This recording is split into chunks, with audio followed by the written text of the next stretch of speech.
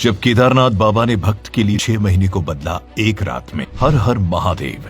दोस्तों, पौराणिक कथा के अनुसार बहुत समय पहले जब गाड़ियों की सुविधा नहीं थी, तब धनवान लोग बैलगाड़ी या घोड़े का सहारा लिया करते थे, लेकिन गरीब लोगों के लिए पैदल यात्रा करना ही एकमात्र उपाय था।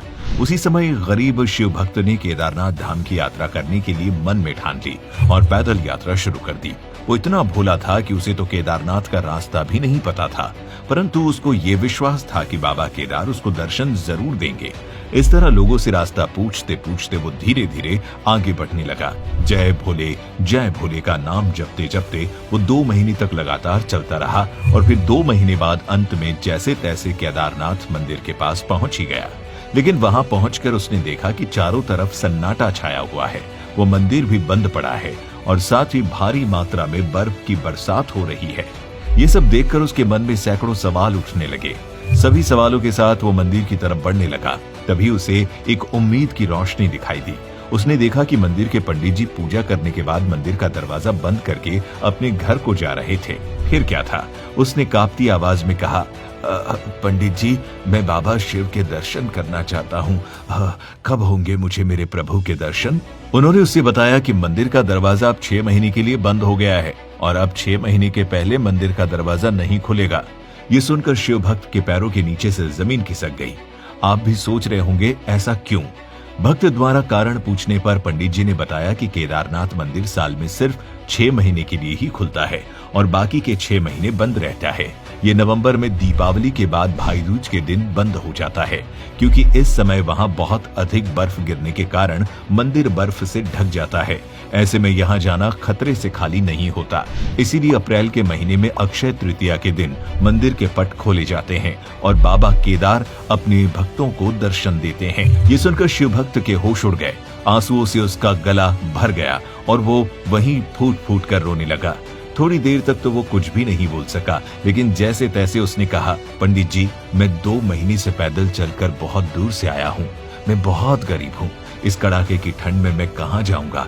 आप सिर्फ मुझे एक बार मेरे भोले बाबा के दर्शन करने दो। लेकिन पंडित जी कहाँ उसकी बात सुनने वाले थे। हाँ, अगर उस गरीब भक्त की जगह कोई अमीर आदमी होता तो शायद वो मान भी जाते। उल्टा उससे कहा कि या तो 6 महीने बाद आओ दर्शन के लिए, या फिर ये महीने के लिए यहीं रुक जाओ। इतना कहने के बाद पंडित जी ने अपना पल्ला झाड़ा और वहां से चले गए। फिर धीरे धीरे रात गहराने लगी और बर्फ भी गिर रही थी।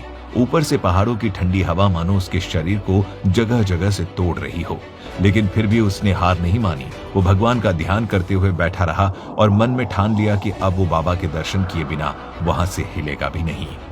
तभी उसे अंधेरे में एक रोशनी दिखाई दी। उसने देखा कि एक अघोरी बाबा उसके पास चले आ रहे हैं। पास आकर उन्होंने खाने के लिए उसे खाना दिया और कहा कि तुम थक गए होंगे, खाना खाकर सो जाओ। शिव भक्त सच में थक चुका था। खाना और आग की गर्मी मिलने के कारण उसे तेज से नींद आ गई और फिर वो गहरी नींद में सो गया। जैसे ही सुबह उसकी नींद खुली तो वो चारों तरफ लगातार देखता ही रह गया, क्योंकि जो उसने देखा वो किसी चमत्कार से कम नहीं था।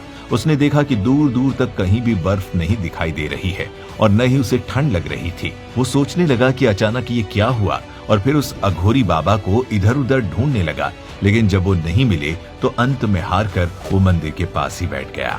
तभी उसकी नजर मंदिर के पंडित जी पर पड़ी, जो अपने सेवकों के साथ उसकी तरफ ही आ रहे थे। जैसे ही वो आगे बढ़ने वाले थे, शिव भक्त ने उनसे पूछा कि क्या मंदिर का दरवाजा आज ही खुलेगा? तब उन्होंने तुरंत कहा, जी हाँ, आज 6 महीने की ठंड के बाद अक्षय तृतीया के शुभ दिन मंदिर के पट खोले जाएंगे। वो अभी भी उस शिव भक्त को नहीं पहचान पाए थे। तब उसने कहा, महाराज, आपने तो कल ही कहा था कि 6 महीने से पहले मंदिर नहीं खुलेगा, तो फिर आज ये सब मैं समझा नहीं। तब उन्हें धीरे धीरे सारी बात एक के बाद एक याद आ गई, लेकिन उनका कहना था कि ये बात 6 महीने पहले की थी, परंतु शिव भक्त ये मानने को तैयार ही नहीं था। फिर दूसरी तरफ जब पुजारी जी के दिमाग में बाबा केदार जी के चमत्कार से जुड़ी बातें घूमने लगी, तब उन्होंने भक्त से कहा कि कल जो जो भी उसके साथ हुआ वो उसके बारे में सब बताएं, और शिव भक्त ने ऐसा ही किया। उसने सारी बात एक एक करके बता दी। रात की बात जानने के बाद सभी की आंखें भर आई। सब कुछ सुनने के बाद रोती हुई आवाज में पंडित जी ने पूछा, कैसे दिखते थे वो अघोरी बाबा? उसके बाद उस गरीब भक्त ने अपनी आंखें बंद की और कहा, एकदम अघोरियों की तरह, पूरी तरह से बैरागी, शरीर पर शेर की छाल लपेटे हुए, हाथ में त्रिशूल, भस्म लगा हुआ शरीर और रुद्राक्ष की बहुत सी मालाएं लपेटे हुए थे वो बाबा। बस इतना सुनते ही पुजारी जी और उनके सभी साथी हर हर महादेव कहते हुए उस शिव भक्त के चरणों में गिर पड़े। उस दौरान किसी के भी आंसू नहीं रुक रहे थे। फिर उस गरीब शिव भक्त के पैरों को पकड़कर पुजारी जी ने उससे कहा, हे शिव भक्त, तुम धन्य हो। तुम्हारे पास मंदिर से निकलकर स्वयं बाबा केदार आए थे और उन्होंने अपनी योग माया से तुम्हारे 6 महीने को 1 रात में बदल दिया, अर्थात कालखंड को छोटा कर दिया। क्योंकि शास्त्रों में भी बताया गया है कि समय में बदलाव करने की शक्ति सिर्फ महादेव के पास है और वो अपने सच्चे भक्तों के लिए समय को भी आगे बढ़ा सकते हैं। जैसे कि बाबा केदार ने उस गरीब शिव भक्त के 6 महीने के इंतजार को 1 दिन में बदल दिया और इस तरह से बदला कि भक्त को कुछ पता भी नहीं चला। वो सोया था नवंबर की रात में और उठा अप्रैल की सुबह। ऐसी ही है महादेव की कृपा, जो अपने सच्चे भक्तों का दुख हर हाल में हर लेते हैं और उन्हें साक्षात दर्शन भी देते हैं। यही कारण है कि बाबा केदारनाथ ज्योतिर्लिंग को जागृत महादेव भी कहा जाता है, क्योंकि जो भी भक्त बाबा केदार को भजता है उसकी रक्षा करने भगवान सबसे पहले आते हैं। दोस्तों, अगर आप भी भक्ति भावना से जुड़ी ऐसी किसी पौराणिक कथा के बारे में जानना चाहते हैं तो हमें नीचे कमेंट करके जरूर बताएं।